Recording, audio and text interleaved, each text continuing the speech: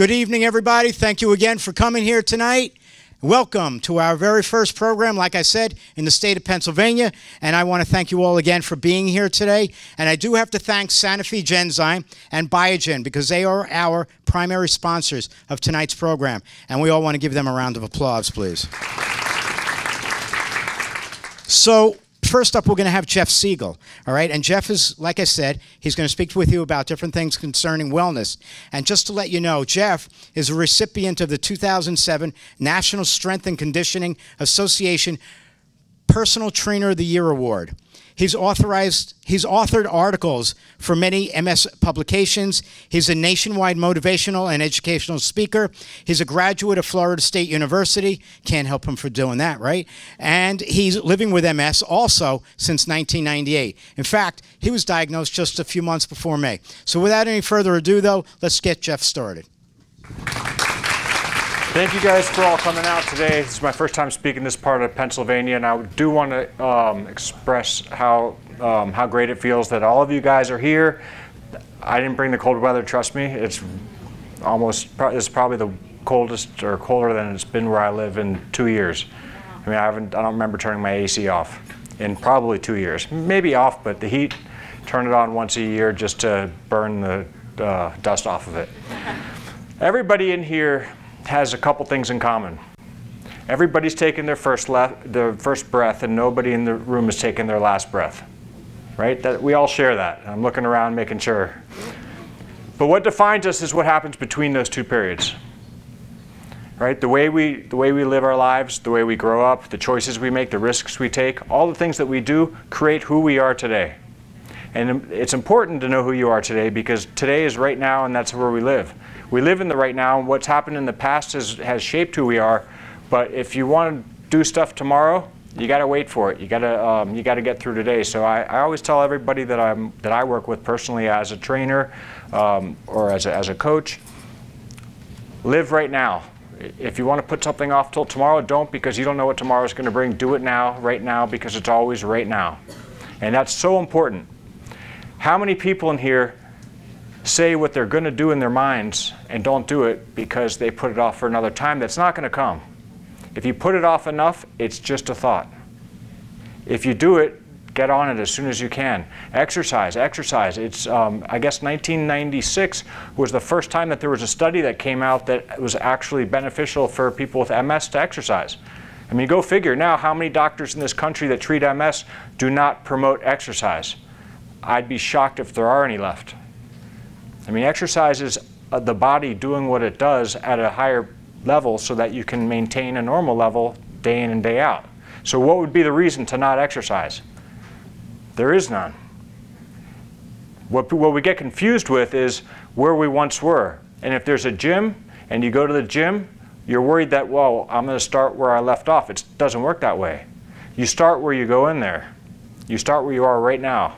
And you do the best you can at this very moment.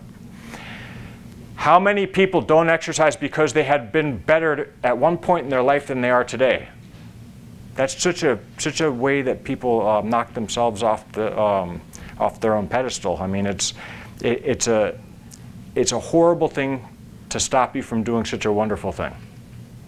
I mean, we're all able to do something. You're all here. Unfortunately, the people that aren't here are missing out, but they do get to see this online, and that's the great thing about MS Views and News and their programs. So I'm going to go back in time to when I was just a little kid, all right?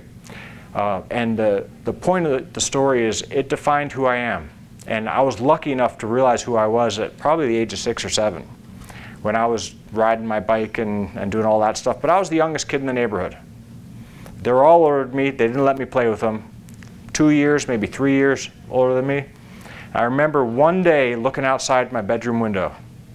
And as I'm looking out the window, they're building a ramp with their bikes.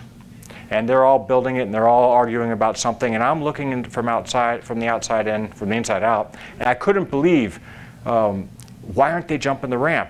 And they're arguing because they're all scared to jump the ramp.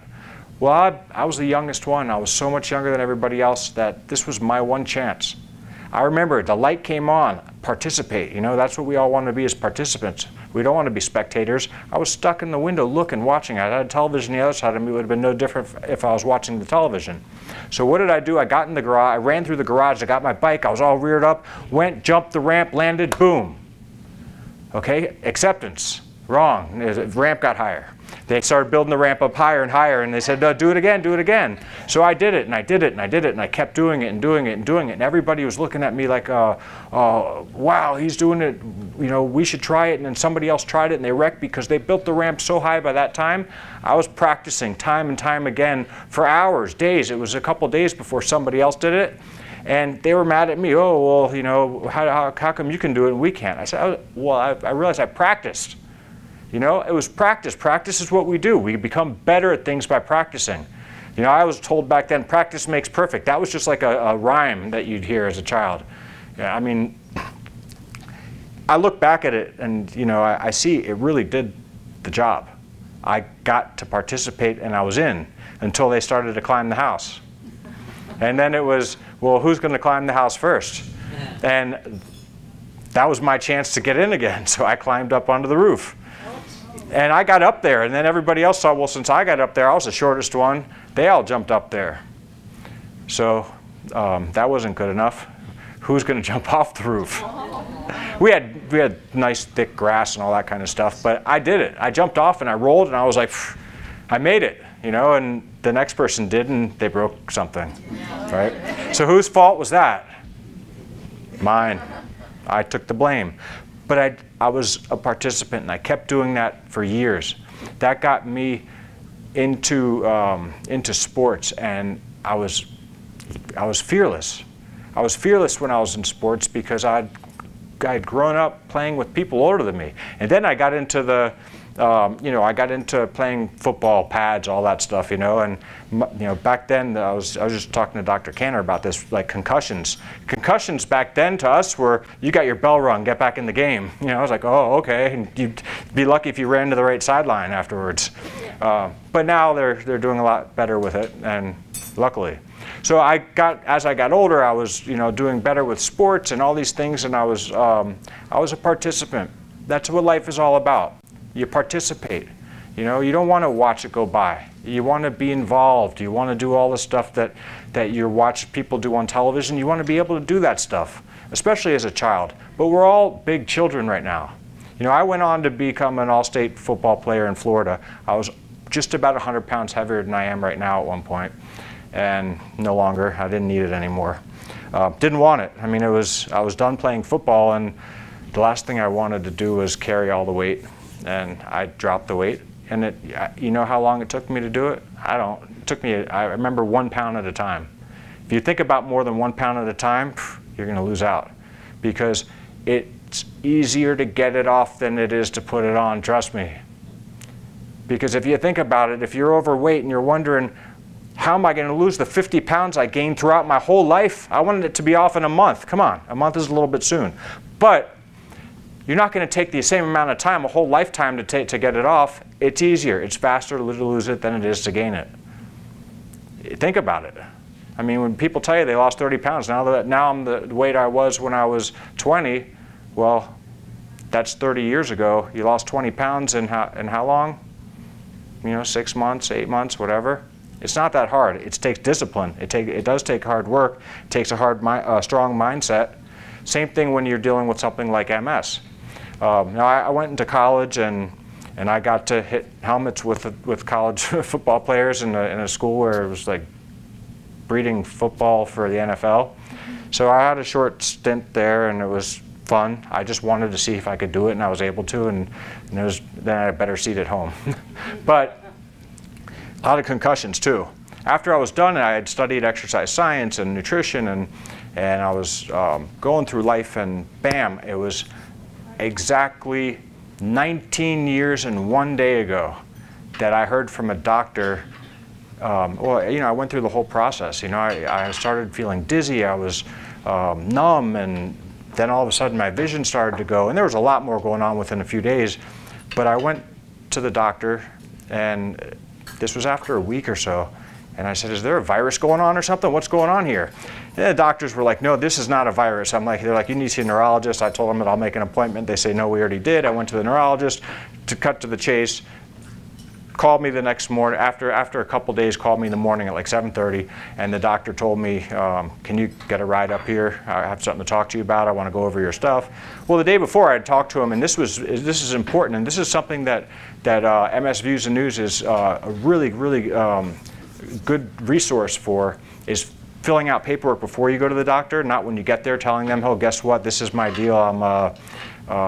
Let me tell you everything that's happened in the last year or however long it's been since I saw you, but you can fill out a piece of paper and give it to them. I wanted to know what the doctor thought it was the day before, and I asked him, I said, I am not leaving here until you tell me what you think I have. And the doctor was like, I'm not going to tell you, there's so many things, we got to do the tests, we got to do all this stuff.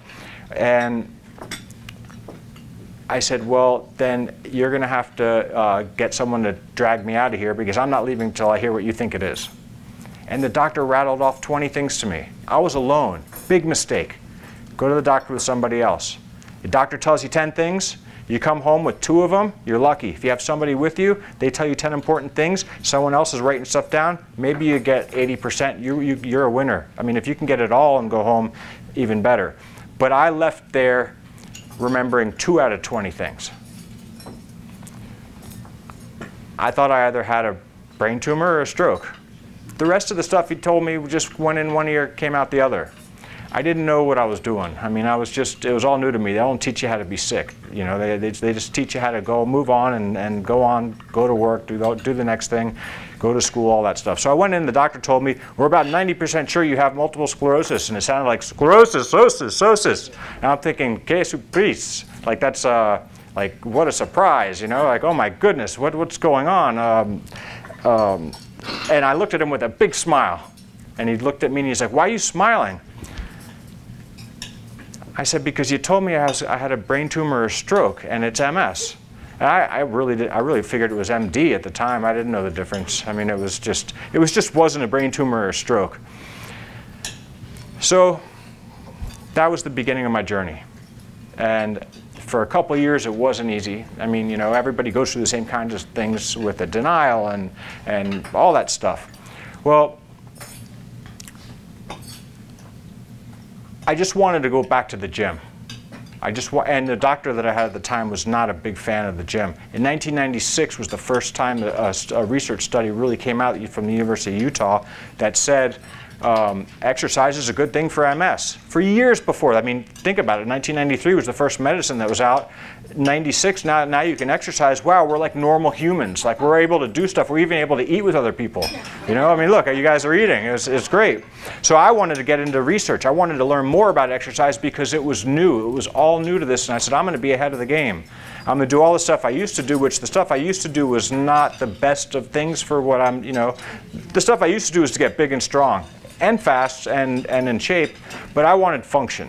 Function was the key. At one point I was unable to stand, I was unable to see, and I was unable to really talk, but I hit the ground every day. And I did it because I wanted to do more, and I wanted to move, and I wanted to crawl, and I wanted to do all that stuff, like a child, right? How many people in here have children? How many people in here were children? Okay, everybody, so we're all in this together. When you're a child or you have a child and you see the child crawling, that's developing upper body strength and core strength. Okay, without that, how would somebody walk? You see these parents that say, have your child get up and walk. Oh, he's ahead of everybody else. And they walk and they're doing this and they're all over the place. They look like a puppet because they've got no strength other than what they've been put on their feet to walk. Walking isn't like something that, bam, okay, he's 4 months old and it says here that he can walk. No, it doesn't work that way. I remember my daughter, she'd get up to walk and I'd put her back on the ground or someone would help her up. Oh, let her walk. No, let her crawl. Well, that's what I did. I crawled on my hands and my feet all around the house because that's the only way I can ambulate. And I was able to do it. Not great. I was falling over on my side. But I was getting back up, falling back over on my other side. It was like I was learning to move again. I really was. And my motor skills were off. I mean, the test, touch your nose, touch the finger. I'd be lucky if I touched anything but the ground. Core strength is so important for MS. I mean, it's your core is so important, because if you don't have a strong core, how are you going to do stuff with your arms and legs? You know, you see there's medicine for mobility. Well, if you're unable to maintain a strong core, you're going to walk away from your body. If you're walking faster than you ever had in years, you're going to walk away from your body because your body can't maintain its stability. And stability is more important than balance to me. You know the difference between stability and balance? This is stability, right? If you can't do this, how are you going to do this?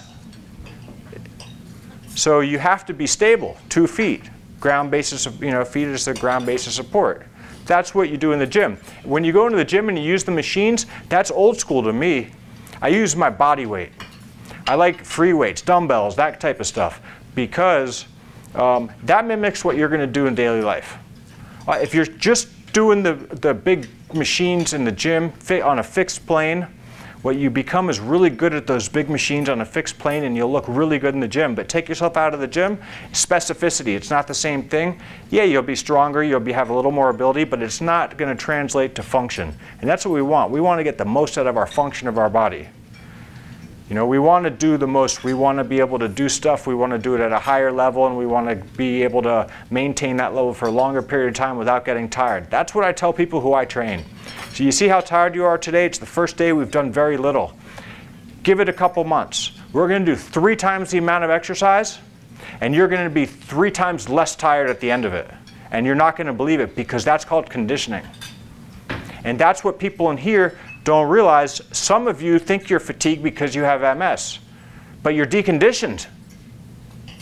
A lot of you have MS and have fatigue. I've been there. I understand that. There's a definite difference between MS fatigue and just being in bad shape. If you're not in good shape and you try to do something and you get tired real fast, well, maybe MS is what got you out of shape because you were having problems, but that could be a different kind of fatigue. If you get tired and you're out of breath really fast, you're out of shape. You need to do more to be able to do more. It doesn't mean you have to do it all to get to where you're at once. A little bit at a time. That's a definition of physical fitness, is increasing what you do at a higher level and increasing it over time and doing better and better at it, and then and still being able to meet your emergency needs. That's physical fitness. It doesn't mean run a marathon the day after you decide you're going to train for a marathon. No, training for a marathon is some hard work. I mean, you don't just decide to run a marathon and hit the road and do it. I know people in here who've run marathons, they can attest to that. Me, I have not run a marathon. I would not run a marathon unless probably being chased by a bear for 26 miles. But luckily, I'm pretty fast. You know how fast you have to be to outrun a bear? You got to be faster than the slowest person with you. That's how fast. Same thing with an alligator. Well, alligators, you can run zigzag. They can't turn. You see their legs are like this. They can't do it. They can't turn all the way around. It'd take them a half an hour to do it. So, and they don't climb trees. But there's usually no trees where you find alligators either, so you're in trouble there. I am hopeful that you guys are going to go home with more knowledge, a lot more knowledge than you've got when I finish speaking, because you've got 2 phenomenal doctors that are going to come up here and talk about, they're going to speak amongst each other and have a Q&A. But from what I have to tell you, I'm teaching you the real life stuff, the stuff that you're doing on a daily basis, that you're able to do. How many people in here, with a raise of hand, would love to exercise and don't? And what's the reason you don't? Time? Who said time? Do you know how many minutes there are in a day? There's 1,440 minutes in a day. There's 168 hours in a week.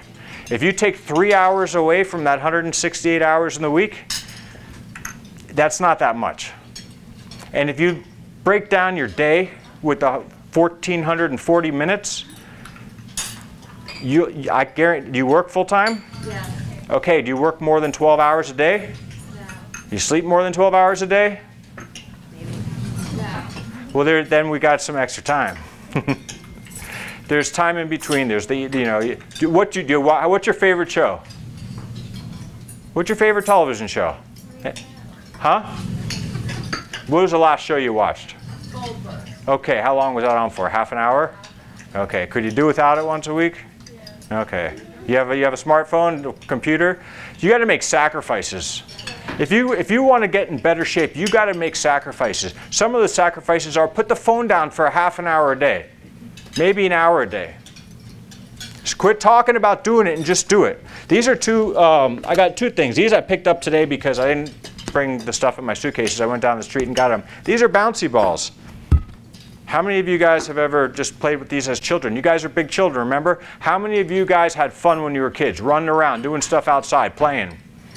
Okay, did one day come and they tell you, and this is what I say at all my talks, so if you've ever seen me speak on one of the videos, there's no day that you wake up and look in the mirror and say, today, can't do it anymore. I'm putting all my toys, all my play stuff, everything. I'm calling my friends, I'm telling them I'm not playing with them anymore, that's it. It doesn't work that way. You lose track of it. You lose track of what's fun for you, and then before you know it, it's not that you forgot how, it's just you forgot how to begin again. Just begin by finding a partner, doing stuff by yourself. Everybody in here lives somewhat in the area.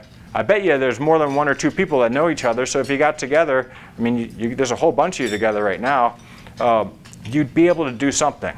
Anybody want to come up here and volunteer? I know you guys are eating, but somebody's probably want to come up and try something. It'll be fun. All right, here we go. I want you to, can you do a headstand? I'm just kidding. No, I'm just kidding. He's about to walk away. Okay, you just leave that. Come over here. First, if you're going to be on this, you have to give your consent to be on this video. Do you mind? I consent. Okay. Catch that. Okay, you can catch. When was the last time you caught a ball? I don't know. You didn't forget, did you? No. So you can still catch. So you throw it high, I'll throw it low. Ready? Go. Okay. There we go. Go. Throw it. There, is it fun? Okay. Now go. Yeah, go. Whoa, here, throw it. Come on. No, I didn't say it. Bounce it. Come on. Here, throw it. Come on. Here. You didn't say change up. Hey, can we have some help back there? Now we got other people exercising off the screen. It's great. Just throw it over here. It might hit. Oh, there you go. You see? Did that hurt? We've been practicing this for a long time. Okay. Now, so I just wanted to show you simple stuff. Watch this now.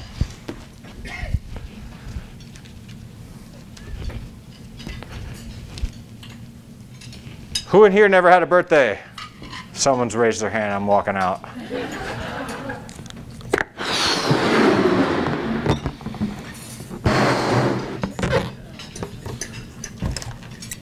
That's my CPTS test. Okay, catch that. Yeah. No, you see, it wasn't easy, but you caught it. You're using your fine motor skills to do it. Throw it back here. So, but you see the body control she has? That's core. If she didn't have core, she'd fall right over. Do you exercise? Somewhat. Somewhat? Like what? Just like if you're getting chased? No. Oh, that's good. No, but you have to have strong core to ride a bike. Otherwise, you fall off the bike. You have to have strong core to sit in a chair. You can do all this stuff seated. In fact, have a seat. Move it up just a little bit. There we go. Okay, catch that. Hit it back. You see how you almost fell off the chair but didn't? Almost doesn't count, except for hand grenades and horseshoes, right? Okay, you're smiling. Stop smiling. See, she's smiling. Okay, now, thank you. Thank you very much for coming up here. That's good. See, it's fun. She had a good time. Something as simple as that can be a great addition to what you do in a day. You can always find somebody to do something simple like that with. I mean, you guys can, you know, how many people in here came with somebody else? Okay, so you guys have partners to do stuff with. And if you see someone that's not raising your hand and you're not raising your hand, talk to them and maybe you guys got an exercise partner. So with the balloon, there's so many things you can do. You can get up out of a chair, catch it. I like doing that with some of the people I work with. You can get off the ground if you feel like you're able to get off the ground safely, catch a balloon off the ground. You can just pop it. You can pop the front and chase it around. I don't do that though. That's sometimes I pop it just to see who's like really, you know, whose heart's healthy.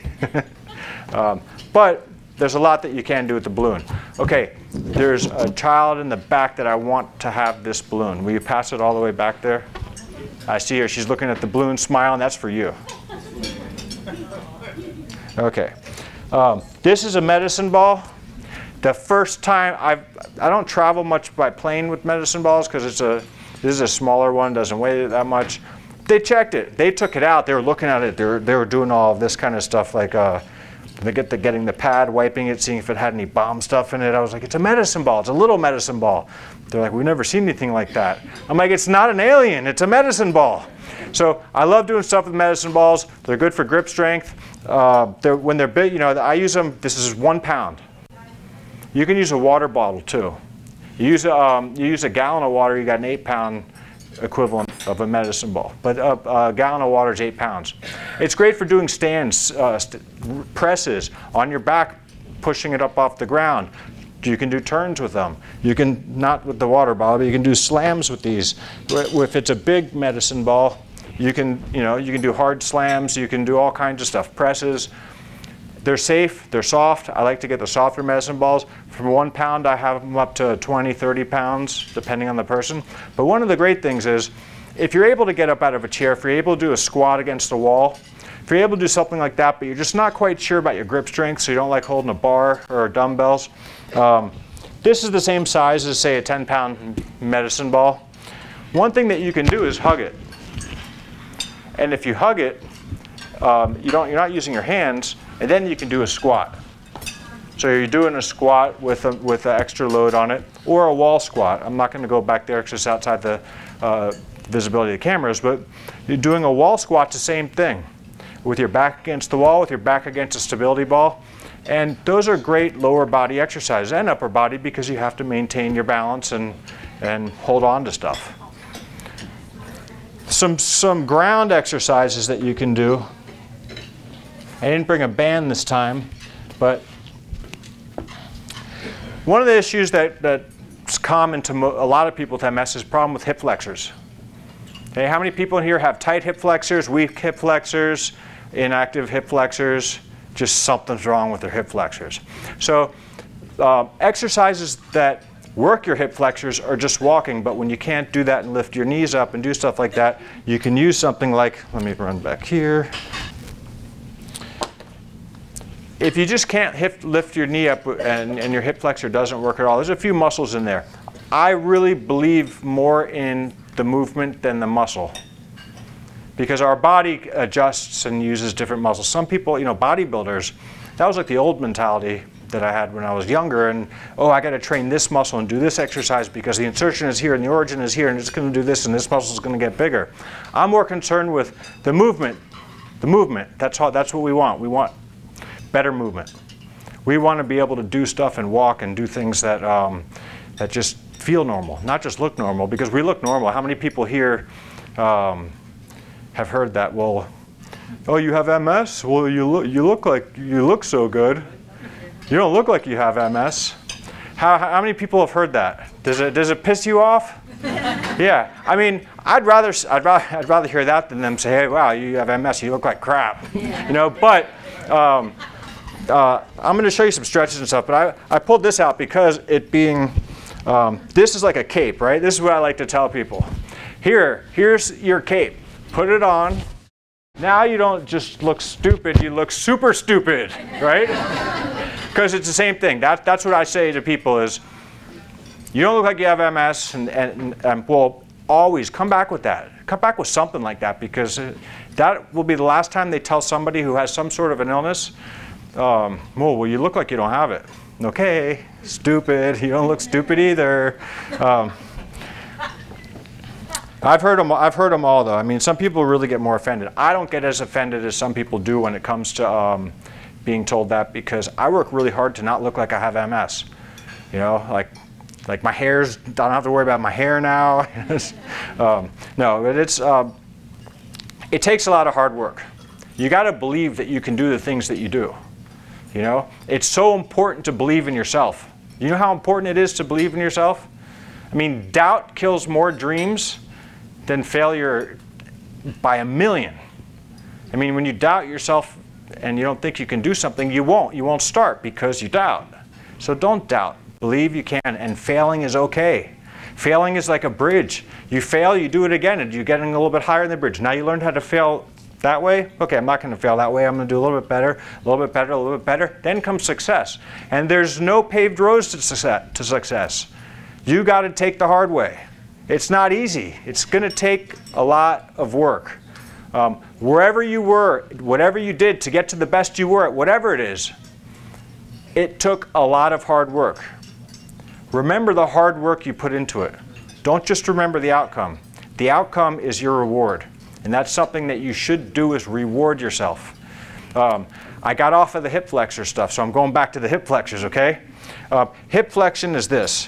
When you walk, you're using your hip flexors. If you can't use your hip flexors, you still want to get some motion in. You can still do stuff with other muscles that will work. Instead of the hip flexor, sometimes your adductors will work, and those are like, that's what brings your knees together. What I try to do is I try to see what happens when somebody stands up out of a chair and which way they're, let me come over here. If your knees buckle when you get up, what I see there is the same thing I see when people are walking, but it's easier for people for themselves to see it. Your knees come inward, your external rotators of your hips aren't strong enough to keep it out. So what do? External rotation. Where's my other little band?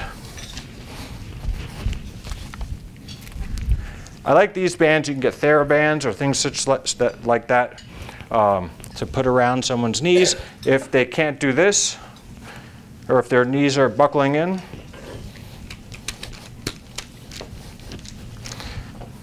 then stand up. So now, if you're standing, you're using your abductors and some external rotators to keep your knees like this. Now, if it's the opposite,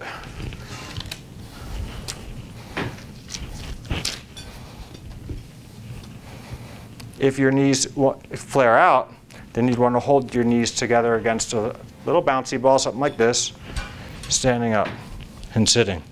How many people in here cannot do a squat but can stand up out of a chair? Seriously? How do you stand up out of a chair without doing a squat? This is a squat.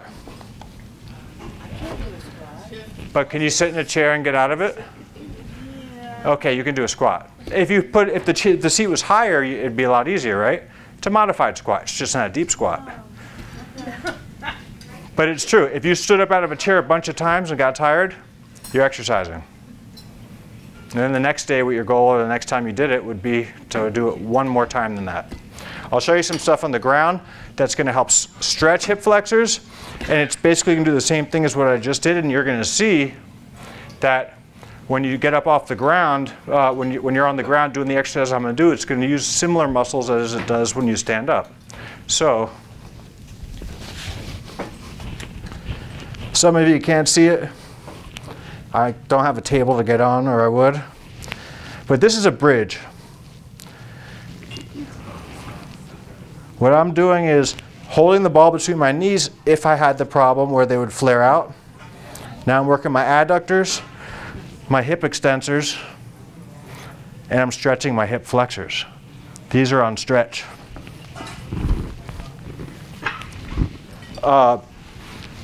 A hip thrust, this one you'll be able to see a little better. I'll try to keep this, let me see how this is. You can do this on the couch or on a stability ball or on a chair. Let me see how this is going to work though. Can you guys see me for the most part? This would be from here up. So what I'm working, my quads, my glutes, stretching my hip flexors. These are getting a good stretch. And if it's too easy, what you could do is you could put something on your lap, or you can cross your leg and do it with one leg. But that's something, that's a progression. You can do the same thing with this around your knees. as I was showing you on the ground or doing the chair stand, which is basically a squat. If you have tight hip flexors, stretching is so important. I'm going to do a quick little demonstration of some stretches that you can do. You got to use your imagination a little bit and be very careful. You should consult with somebody who understands how stretches work. Don't bounce when you stretch. That's like tearing a muscle. Don't stretch when your muscles are cold. That's like pulling a rubber band that just came out of the refrigerator and snapping it. You don't want to do that. But the hip flexors, in stretching them, something you can do is kick a ball. No, that's not going to work. If you lean up against something, put your front leg forward. What I'm doing right now is I'm really stretching this hip flexor, the back leg. I'm leaning into it a little bit. It's the same thing that you can do if you're laying down on your bed on your stomach or on your side and doing this while you're laying down. But in order for your hip flexor to really get some stretch, you have to go into a little bit of hyperextension of the hip, which is this way. So this here is working. That's tight, all in here. And then with your calves, my back leg is, my foot's flat. That's working. That's a muscle that a lot of people have tightness in, is your calves. If you have your sheets tucked in, you're ready for cramps. Don't tuck your sheets in. Those are some simple little things that are helpful for stretching. There's a whole bunch of other stretches that are very helpful for people with MS.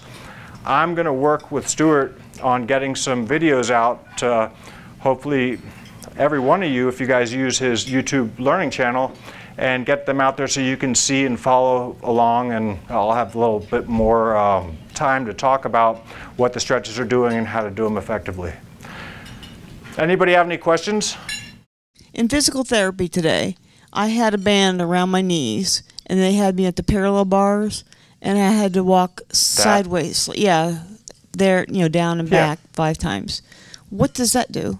It's working your lateral muscles, like your, I mean, I could tell you all the muscles on the outside of your leg that it's working, but it's working your muscles that are abducting, keeping your feet away from each other, and some external rotators of your hips. So it's working mostly the hip complex, but it's basically, you feel it all the way down the whole side of your leg, all the way into your peroneal muscles in the side down here. But that's very important. They probably are having you do something to counter that, or they're doing it for a specific reason, because physical therapy is to help you rebuild or fix a problem that you're having. And as professionals, whether it's a physical therapist or somebody who's in exercise physiology, you can really see little things that are going on, and that's why they're doing that with you. That's what I would assume. Okay, now you were saying about the flexors? Hip flexors, these. Okay, is that why? Because my left leg does not lift up to a step. I mean, I can do it 7 times, but I can't do it to 8, 9, and 10. Okay, that's something that's a great question. If you can do it 7 times, then that's your number. Sometimes with people with MS, the conduction stops. You can have a weight on it or no weight on it, but that number 7 comes along and no longer will do any more. So anything more than that's not really helpful because you're not doing it. Now, if I sit for 3 minutes, then you do it again and it comes back because it cools down. It's just like when something like when your phone gets overheated or something gets overheated, you let it cool down for a few minutes. It works again, right? Okay, yeah. Well, that's how the nerves work with your body. They're just the same way. They're insulated by myelin. Same thing as having insulation in a cord. Okay. All right.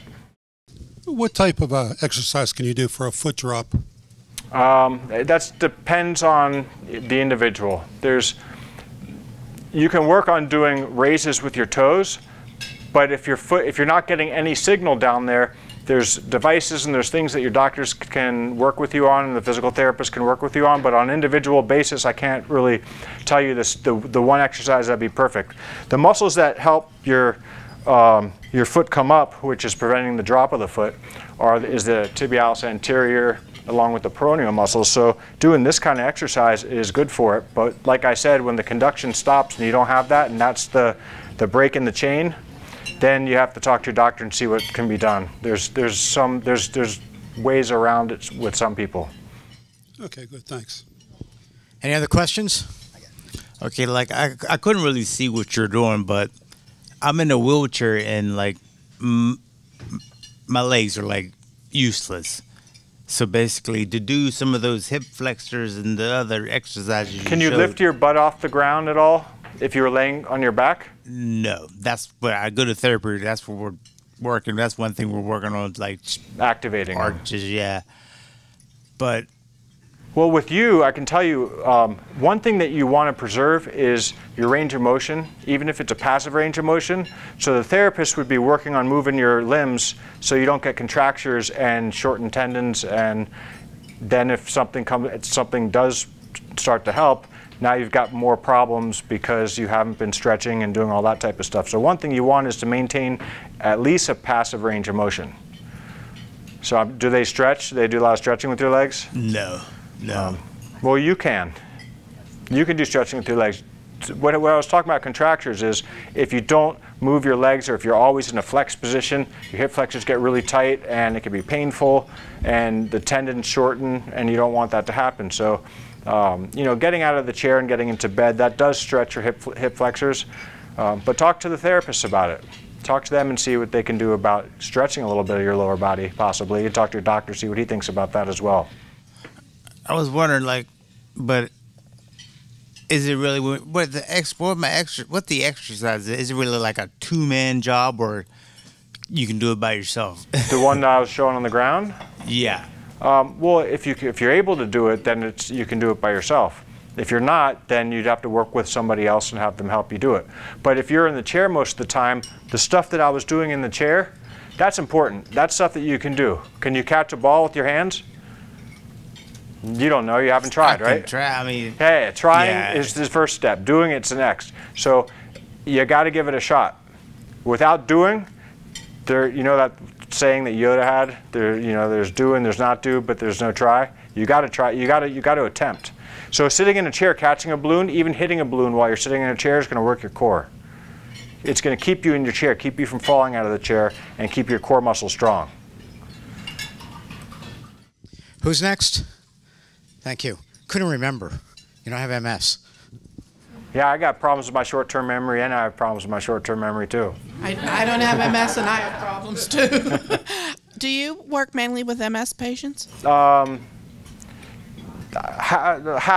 and half. It depends. I don't count anybody out, but I try to work with as many as I possibly can, and I do research with MS patients as well. Are you at an MS center? No. I'm in South Florida too, so, but I'm working on educating other personal trainers around the country on working with MS. So once that happens, it's going to be a great thing because it's going to be specific to MS. Outside of all the other things that people know, personal training is a rough profession because it's not regulated. But I'm really trying to get it mainstream to MS.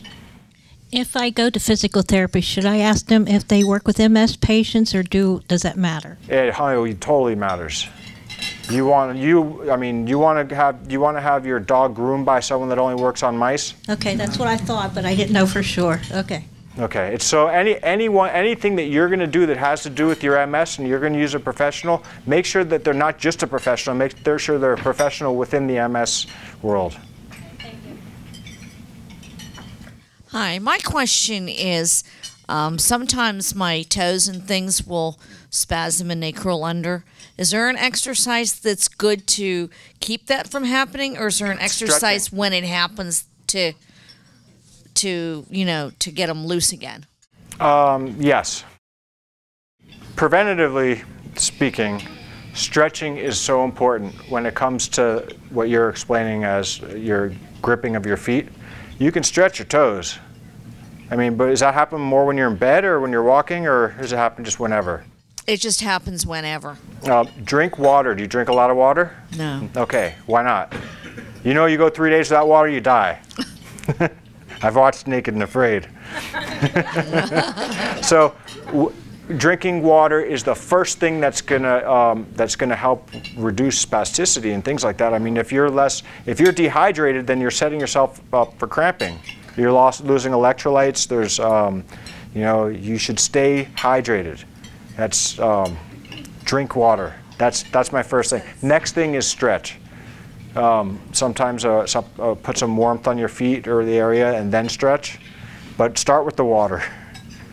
Okay. And your doctor. Tell your doctor about it and see what they have to say about it, because I have a feeling that they would agree with me on the water part. Probably. All right. Thank you. You're welcome. While walking, what do you do if you start to go crooked, sideways, kind of off mean, like, path, veer or off? buckle? Yeah, or like one leg buckles. And it becomes a problem after you walk a certain amount of distance. Right. Stop and rest. Just like, who was it? Someone was saying how, it might have been you, I don't remember who said it, but that when you're doing stuff, like the 8 reps, someone said they can only do 8 reps and stops. Walking is an aerobic activity. So you're using aerobic muscles. But when you get to a certain point or a certain distance and you start to cramp or you start to have drop foot or drag your leg, if you're able to stop and take a seat somewhere or do something along those lines, take a little rest and then go, you kind of get refreshed. But if that's something that you're doing as an exercise, find out what the limit is, know your limit, and maybe you know, maybe you'll get a little bit further and a little bit further. But that little rest is important. Yeah. When I'm on a treadmill, I'm afraid to get to that running gait. You got to be comfortable. You have to be in your comfort zone, but you can't live in your comfort zone. But you got to get in your comfort zone, and you have to know what your limits are. So if your limits are here, you want to try to raise it a little bit, but don't fall off. So get close to the edge, find out what the edge is, and then back off a little bit and stop. But cool down. Put your cool down as part of your as part of the time you're exercising. Don't just stop. Never just stop. You'll get dizzy and could have a heart attack. You don't want to do that. Gotta stay away from those cameras. That's good. Right? We got this set. Now the next question's got to come from over here. I want him coming back and forth. Exactly. He doesn't like all that time on the airplanes and getting this belly. Your quality of life seems exceptional right now. And you said at one time you had to learn how to walk, and you started crawling like a baby, then walking. And we're not talking about medication tonight, I realize that. But what do you attribute that be able to maintain the level of health that you're at right now? I'm very extreme in the way I think, in the way I believe in my body and mind and everything working together. There's a little bit of luck involved too. Everyone's different. We're all 1 out of 1 when we have MS. But I never gave up. To me, there's no such thing. So I kept the crawling and the crawling. I'd still be crawling right now if I never got up to that next step. I mean, I was just determined. There was no saying, no, don't do that anymore. The only thing that was wrong with me crawling was my dog was mad that I took his spot. But I was on the ground. I mean, I was on the ground and I crawled and I crawled and I crawled. And if you think about it, crawling has the same cadence as walking. You know, when you crawl, you're basically making like a parallelogram. I mean, you're same thing as a walk. Your one hand's here and you're crawling and you're here. So your stability is fine. So you might want to get on the ground and try crawling. It's I'm not saying that by crawling it's going to make you a marathon runner, but it might be something more than what you're doing. And keep believing in yourself, and keep believing. Let the people around you keep, you know, coaching you. But you know, little things at a time, and you know, see what happens. All right. Thank you. Let's thank Jeff.